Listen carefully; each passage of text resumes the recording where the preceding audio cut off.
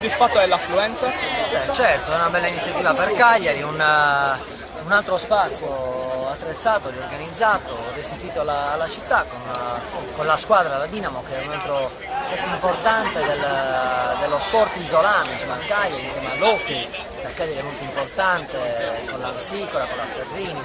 E la Dinamo è un'altra squadra che è la squadra dell'isola, non è la squadra solo di Sassari, è un patrimonio dell'intera isola. Allora, in pochi giorni abbiamo avuto il treno veloce e adesso l'inaugurazione dello quindi, store. sì. Manca veramente solo il calcio per unire Cagliari e Sassari definitivamente e Ma superare un no, conflitto vero, che dura secondo da me secoli. c'è anche il calcio, anche nel calcio si può trovare un sassarese che ti fa Cagliari, sicuramente c'è. Può fare un saluto alla District Web?